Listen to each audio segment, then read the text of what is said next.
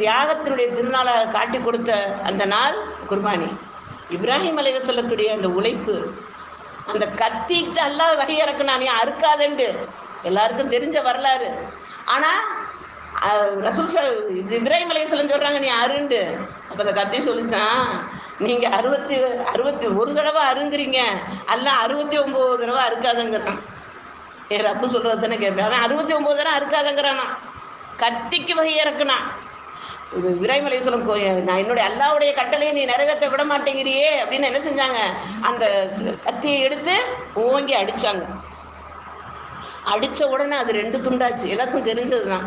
இப்போ அல்லாஹ் கேட்குறான் உயிரினங்கள்கிட்ட, இந்த கத்தி வருது, இந்த கத்திக்கு ஷஹீதாகிறவர்கள் யாராவது இருக்கிறீர்களா? மீன்கள் எல்லாம் என்ன செஞ்சிச்சியா, எல்லாம் நாங்கள் ஷஹீதாகிறோம், தலையை கொடுத்துச்சுங்க. அதனால தான் மீன் செத்தாலும் நம்மளுக்கு உணவாக்கப்படுது.